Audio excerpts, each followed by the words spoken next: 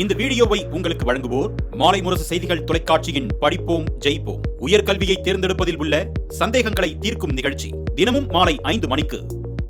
வணக்கம். மாலை முரசு செய்திகளை விரிவாக பார்ப்பதற்கு முன் தலைப்புச் செய்திகளை பார்க்கலாம். மக்களவையில் 12 மணி நேர விவாதத்திற்கு பின் மக்களவையில் வக்ஃப் சட்டத்திருத்த மசோதா நிறைவேறியது. எதிர்க்கட்சிகளின் கடும் அமளிக்கு மத்தியில் மசோதா நிறைவேறியதாக சபாநாயகர் ஓம் பிர்லா அதிகாரப்பூர்வமாக அறிவிப்பு.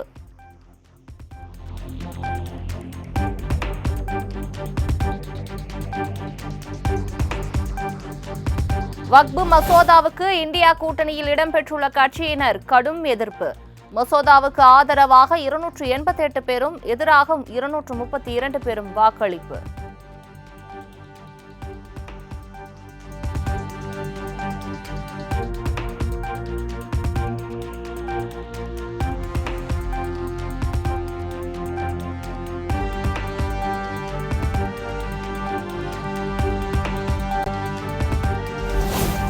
திருச்சி திருச்செந்தூரை கோவில் வக்ஃப் சொத்து என அறிவிக்கப்பட்டுள்ளது.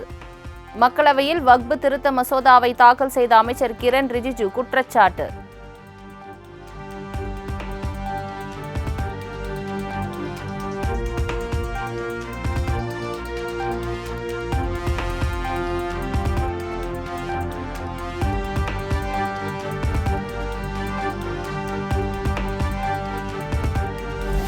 வக்ஃப் வாரியத்தில் இஸ்லாம் அல்லாதவர்கள் இடம்பெற மாட்டார்கள். வக்ஃப் விவகாரங்களில் தலையிடும் எண்ணம் மத்திய அரசுக்கு இல்லை. மக்களவையில் வக்ஃப் சட்டத்திருத்த மசோதா மீதான விவாதத்தில் மத்திய உள்துறை அமைச்சர் அமித் ஷா பேச்சு.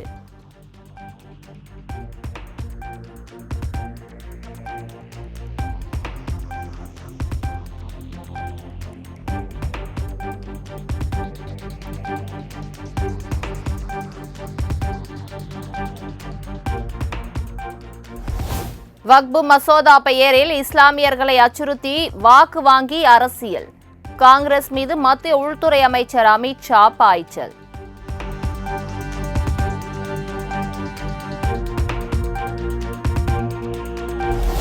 வக்ஃப் மசோதாவை ஆராய்வதற்கு நேரம் கொடுக்காமல் சட்டத்தின் மீது புல்டோசர் தாக்குதல் நடத்துகிறது மத்திய பாஜக அரசு. மக்களவையில் வக்ஃப் மசோதா மீதான விவாதத்தில் காங்கிரஸ் எம்பி கே.சி. வேணுகோபால் குற்றச்சாட்டு.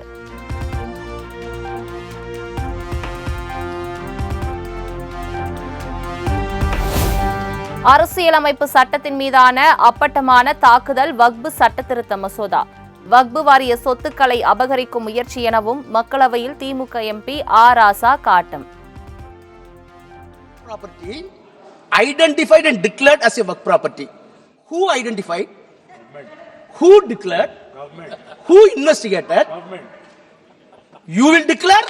You will identify? This property is my property and it will not deemed as work property.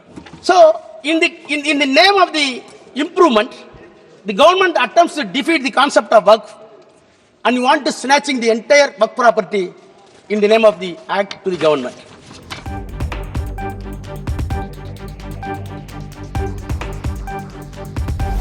எதிர்க்கட்சிகளின் கோரிக்கைகளை நிராகரித்துவிட்டு தாக்கல் செய்துள்ள வக்ஃப் சட்டத்திருத்த மசோதாவை திரும்ப பெற வேண்டும்.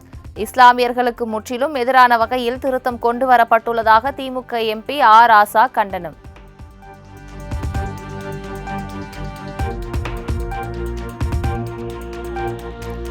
மக்களவையில் தாக்கல் செய்யப்பட்ட வக்ஃப் சட்டத்திருத்த மசோதாவை திரும்ப பெற வேண்டும் என முதலமைச்சர் மு.க. ஸ்டாலின் வலியுறுத்தல். இஸ்லாமியர்கள் அல்லாதவர்களை வக்ஃப் வாரியத்தில் உறுப்பினர்களாக சேர்ப்பதை ஏற்க முடியாது என பிரதமருக்கு கடிதம்.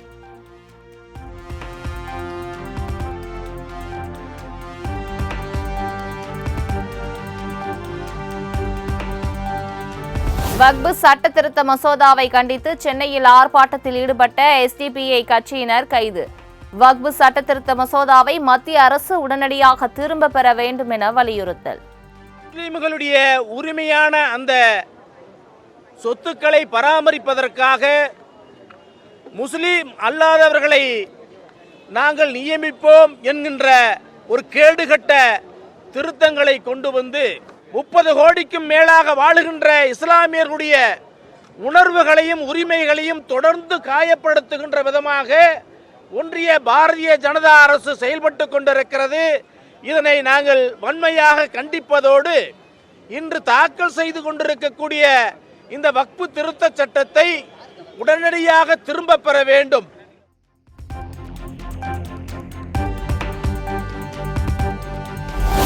ஒவ்வொரு நாட்டிலும் இருந்தும் இறக்குமதியாகும் பொருட்களுக்கு பரஸ்பர வரியை அறிவித்தார் அதிபர் டிரம்ப். உடனடியாக புதிய வரி அமலுக்கு வருவதாக அறிவிப்பு.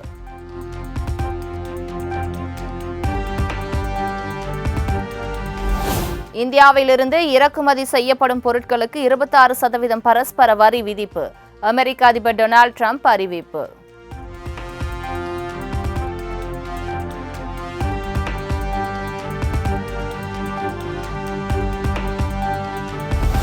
சீனாவிலிருந்து இறக்குமதியாகும் பொருட்களுக்கு 34% பரஸ்பர வரி விதிப்பு.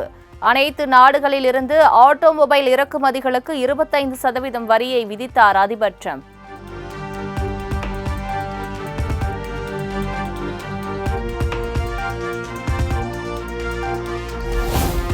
அமெரிக்க அதிபர் டொனால்ட் டிரம்பின் பரஸ்பர வரி விதிப்பு முறைக்கு வலுக்கும் எதிர்ப்பு. இத்தாலி பிரதமர் ஜியார்ஜியா மெலோனி, ஆஸ்திரேலிய பிரதமர் அந்தோனி அல்பான்சே, கனடா பிரதமர் மார்க் கார்னே கண்டனம்.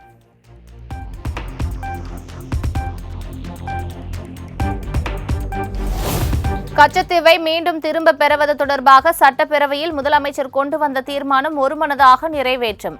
அதிமுக, காங்கிரஸ், பாஜக உள்ளிட்ட கட்சிகளின் ஆதரவுடன் நிறைவேறியதாக சபாநாயகர் அப்பாவு அறிவிப்பு. மாண்புமிகு முதலமைச்சர் அவர்களின் தீர்மானம் பேரவையின் முடிவுக்கு விடப்படுகிறது. ஏற்போர் ஆம் என்க, மறுப்போர் இல்லை என்க. மறுப்போரே இல்லை என்று கருதுகிறேன். மறுப்போரே இல்லை. தீர்மானம் ஒருமனதாக நிறைவேறியது. மாண்புமிகு முதலமைச்சர் அவர்களின் தீர்மானம் பேரவையின் முடிவுக்கு விடப்படுகிறது.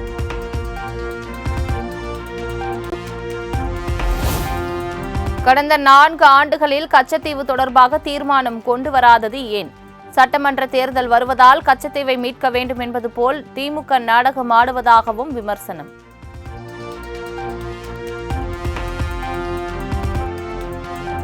ஆண்டு காலம் ஆட்சி செய்தீர்களே, இந்த மீனவர் மீது உங்களுக்கு அக்கறை இல்லையா? அப்பொழுது இந்த தீர்மானத்தை கொண்டு வந்திருந்தால் பரவாயில்லை, மீனவர் மீது அக்கறை கொண்ட அரசு என்று நாங்கள் எண்ணியிருப்போம். ஆனால் 4 ஆண்டு காலம் கழித்து இப்போ 5ஆவது இதுதான் கடைசி பட்ஜெட். இப்பொழுது இந்த மீனவர் நலன் சார்ந்த கச்சத்தீவை மீட்போம் என்று ஒரு தீர்மானத்தை சட்டமன்றத்தில்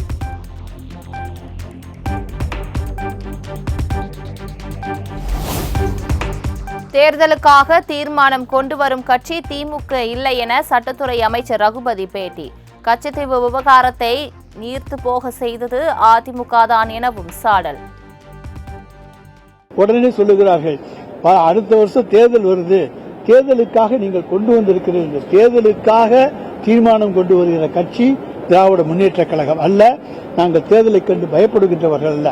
அப்படி பேசுகின்ற பொழுது மீனவர்களுடைய நலன் காப்பதற்காக கச்சத்தீவை மீட்க வேண்டும் என்ற கோரிக்கை இப்பொழுது வலியுறுத்தினால் அது பிரதமருக்கு உதவியாக இருக்கும். எனவே இந்த நேரத்திலே பிரதமர் இலங்கைக்கு சுற்றுப்பயணம் செல்லுகிற இந்த நேரத்திலே இந்த தீர்மானம் கொண்டு வருவது பொருத்தமாக இருக்கும் என்கின்ற காரணத்தாலே தான்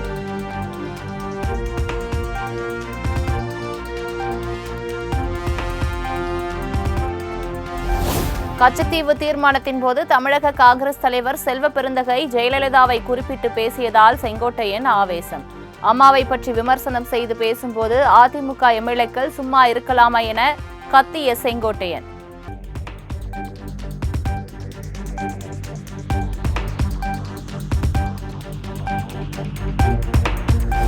பாஜகவுடன் அதிமுக கூட்டணி அமைக்க வேண்டும் என சைதை துரைசாமி வலியுறுத்தல். தோழமை கட்சிகளை ஒன்றிணைத்து பலமாக கூட்டணி அமைத்து திமுகவை வீழ்த்துவோம் என அறிக்கை.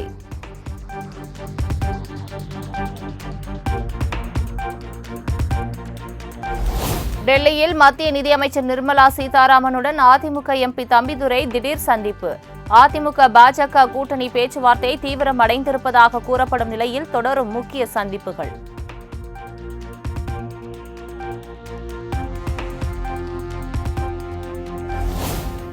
தமிழ்நாட்டு மக்கள் அனைவரிடத்திலும் நட்பு பாராட்டக்கூடியவர்கள்.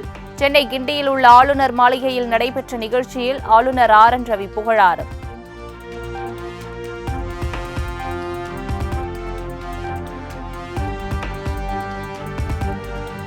பொய் செய்திகளை பரப்பி தமிழகத்துக்கு வரும் முதலீடுகளை வேறு எங்கும் திசை திருப்ப வேண்டாம். தொழில்துறை அமைச்சர் டிஆர்பி ராஜா வேண்டுகோள். படையெடுத்து வராங்க. இங்க இருந்து இந்த மாதிரி நேரத்துல உங்களால எதுவும் இந்த நாட்டுக்கு பிரயோஜனமா இல்லாட்டியும் தயவு செய்து இந்த மாதிரி பொய் செய்திகளை பரப்பாதீங்கன்றது என்னோட தாழ்மையான கோரிக்கை. இதை தயவு செஞ்சு எப்ப வேணா யாராக இருந்தாலும், எதிரணியில் இருக்கும் யாராக இருந்தாலும் எனக்கு போன் பண்ணி டைரக்டா கேளுங்க. இல்ல எனக்கு நீங்க சொல்லுங்க, நானே உங்களுக்கு எக்ஸ்பிளைன் பண்றேன்.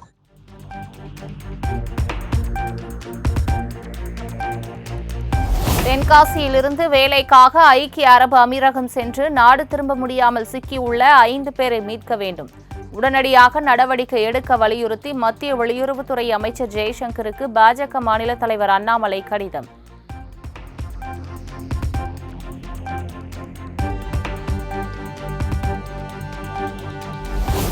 உலக ஆட்டிசம் விழிப்புணர்வு தினம். வண்ண விளக்குகளால் ஜொலித்த சென்னை மாநகராட்சி கட்டடம்.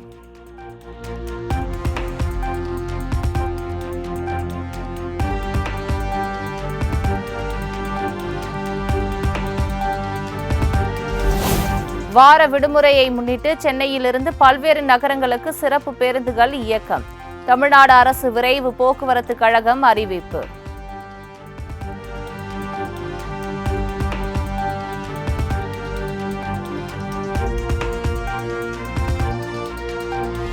தண்டவாள பராமரிப்பு பணி காரணமாக கும்மிடிப்பூண்டி ரயில் சேவையில் மாற்றம். இன்று மற்றும் 5ஆம் தேதிகளில் 21 புறநகர் ரயில்களை ரத்து செய்து தெற்கு ரயில்வே அறிவிப்பு.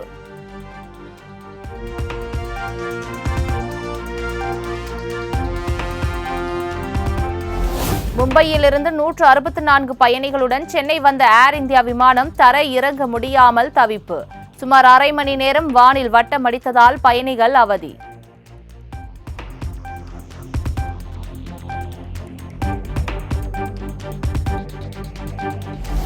சென்னை திருவல்லிக்கேணியில் உள்ள ஹோட்டலில் பிரியாணி சாப்பிட்ட 20க்கும் மேற்பட்ட நபர்களுக்கு வாந்தி மயக்கம் ஏற்பட்ட விவகாரம். ஹோட்டலுக்கு தற்காலிக பூட்டு போட்ட உணவு பாதுகாப்புத்துறை அதிகாரிகள்.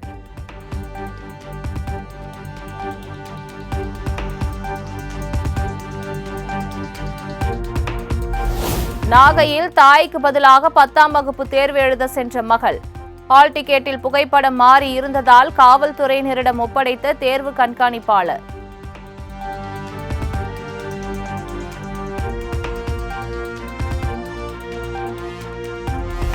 நீலகிரி மாவட்டம் ஊசிமலை காட்சி முனையில் தடை செய்யப்பட்ட பகுதிக்கு சென்றபோது தேனீக்களின் சிக்கிய இளைஞர்கள். தேனீக்கள் கொட்டியதில் மயங்கி விழுந்து பாறைகளின் இடுக்கில் சிக்கியதால் கேரளாவை சேர்ந்த இளைஞர் பலி.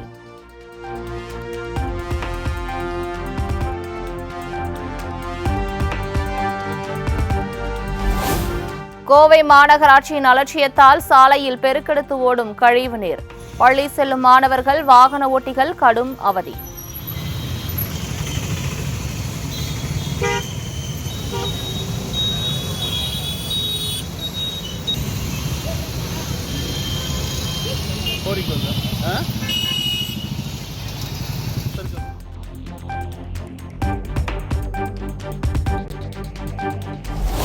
கன்னியாகுமரி அருமனையில் உள்ள முதியோர் இல்லத்தில் சிஆர்பிஎஃப் வீரர் என கூறி முதியோர் இல்லத்தில் பண மோசடி. முகக்கவசம் அணிந்தபடி வந்த மர்ம நபர் குறித்து போலீசார் தீவிர விசாரணை.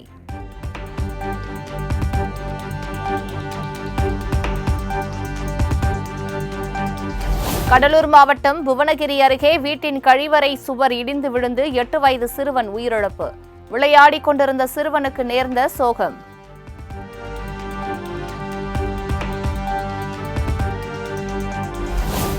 திரு உத்திர கோசமங்கை மங்களநாத சுவாமி கோவிலில் சந்தன காப்பு களையப்பட்டு பச்சைக்கல் மரகத மேனியாக காட்சியளித்த நடராஜர்.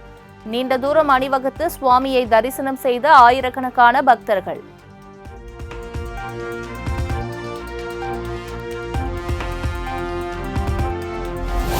தென்காசி காசி விஸ்வநாதர் கோயில் குடமுழுக்கு விழாவை முன்னிட்டு இன்று முதல் யாகசாலை பூஜைகள் தொடக்கம்.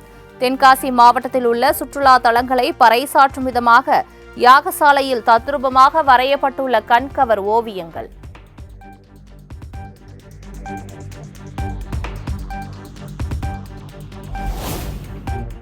விழுப்புரம் மாவட்டம் மயிலம் முருகன் கோவிலில் பங்குனி உத்திர திருவிழா கொடியேற்றத்துடன் தொடக்கம். ஆயிரக்கணக்கான பக்தர்கள் அரோகரா முழக்கம் எழுப்பி வழிபாடு.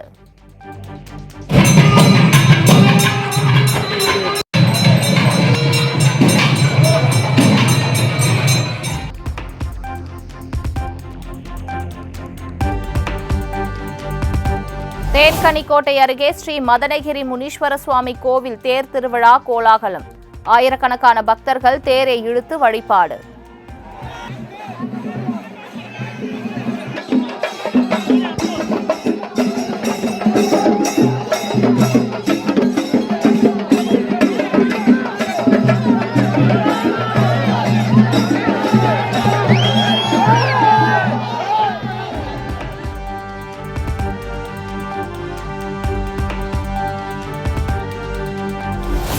நீலகிரி, கோவை, திருப்பூர், ஈரோடு உள்ளிட்ட 12 மாவட்டங்களில் இன்று கனமழைக்கு வாய்ப்பு.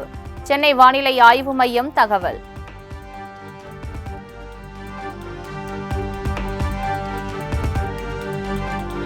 விருதுநகர், கொடைக்கானல் உள்ளிட்ட பல்வேறு பகுதிகளில் வெளுத்து வாங்கிய கனமழை. வெப்பம் தணிந்து குளிர்ச்சியான சூழல் நிலவியதால் மக்கள் மகிழ்ச்சி.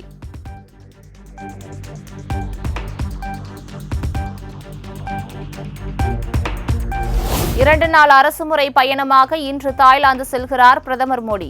நாளை நடைபெறும் பிம்ஸ்டெக் உச்சி மாநாட்டில் கலந்து கொள்ள இருப்பதாக தகவல்.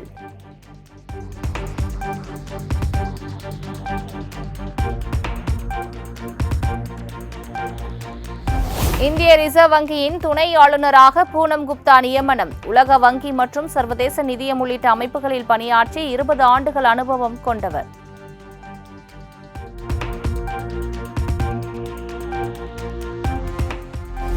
உயர் ரத்த சர்க்கரை அளவு காரணமாக பீகார் முன்னாள் முதலமைச்சர் லாலு பிரசாத் டெல்லி எய்ம்ஸ் மருத்துவமனைக்கு மாற்றம்.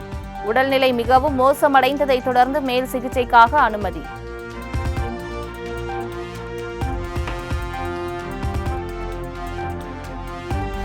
குஜராத் ஜாம்நகரில் இந்திய விமானப்படைக்கு சொந்தமான போர் விமானம் கீழே விழுந்து விபத்து. ஒரு விமானி மீட்கப்பட்ட நிலையில் மாயமான மற்றொரு விமானியை தேடும் பணி தீவிரம்.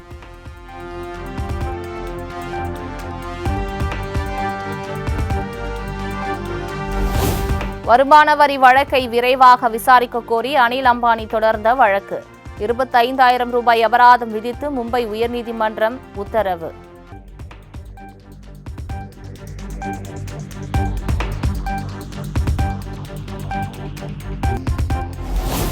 ஓலா, ராபிடோ, ஊபர் உள்ளிட்ட செயலி அடிப்படையிலான பைக் டாக்ஸி சேவைகளை நிறுத்த கர்நாடகா உயர்நீதிமன்றம் உத்தரவு. 6 வாரத்திற்குள் டாக்ஸி சேவை நிறுத்தப்பட்டதற்கான அறிக்கையை சமர்ப்பிக்க அம்மாநில அரசுக்கு ஆணை.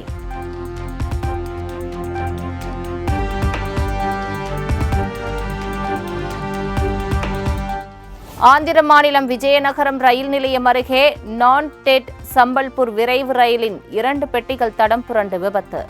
ஒருவர் உயிரிழந்த நிலையில் பலர் படுகாயமடைந்து மருத்துவமனையில் அனுமதி.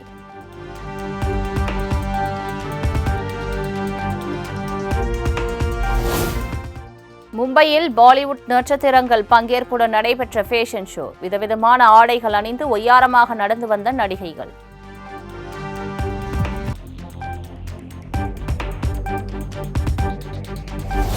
ஆஸ்திரேலியாவின் சிட்னி நகர கடற்கரை பகுதியை கடுமையாக தாக்கிய ராட்சத அலைகள். கடற்கரையோரம் உள்ள தனியார் விடுதியின் கண்ணாடி கதவுகள் உடைந்து நொறுங்கின.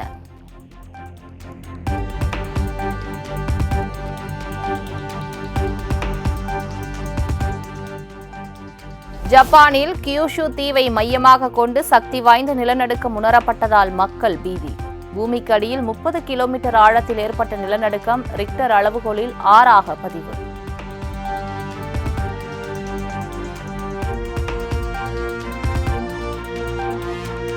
உலக பணக்காரர்கள் பட்டியலில் $342 பில்லியன் சொத்து மதிப்புடன் டெஸ்லா நிறுவனர் எலான் மஸ்க் தொடர்ந்து முதலிடம். ஃபோர்ஸ் நிறுவனம் உள்ளிட்ட உலக பணக்காரர்கள் பட்டியலில் 18வது இடத்திற்கு தள்ளப்பட்ட தொழிலதிபர் முகேஷ் அம்பானி.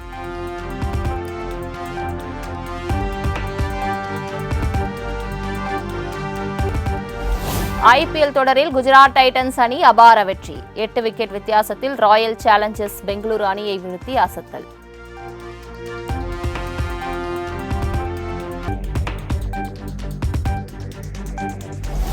இன்று இரவு 7:30 மணிக்கு கொல்கத்தா ஈடன் கார்டன் மைதானத்தில் நடைபெறும் IPL போட்டியில் கொல்கத்தா ஹைதராபாத் அணிகள் பல பரீட்சை. தொடர் தோல்வியிலிருந்து மீண்டு வர இரு அணி வீரர்களும் தீவிர பயிற்சி.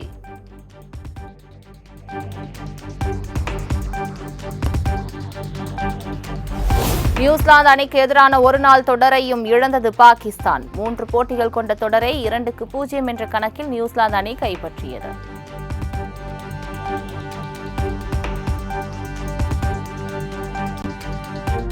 அஜித் குமார் நடித்துள்ள குட் பேட் அக்லி திரைப்படத்தின் டிக்கெட்கள் UKவில் 4000க்கும் மேல் விற்று தீர்ந்தன. UK சென்சார் போர்டு தற்போது படத்தை பரிசீலனை செய்து வரும் நிலையில் விரைவில் சான்றிதழ் வந்துவிடும் என தகவல்.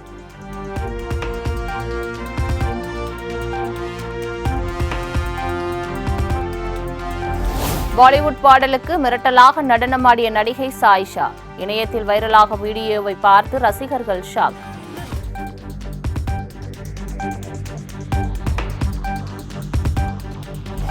இயக்குனர் கோபி சந்த் இயக்கத்தில் நடிகர் சன்னி தியோல் நடிப்பில் உருவாகியுள்ள ஜாத் திரைப்படம்.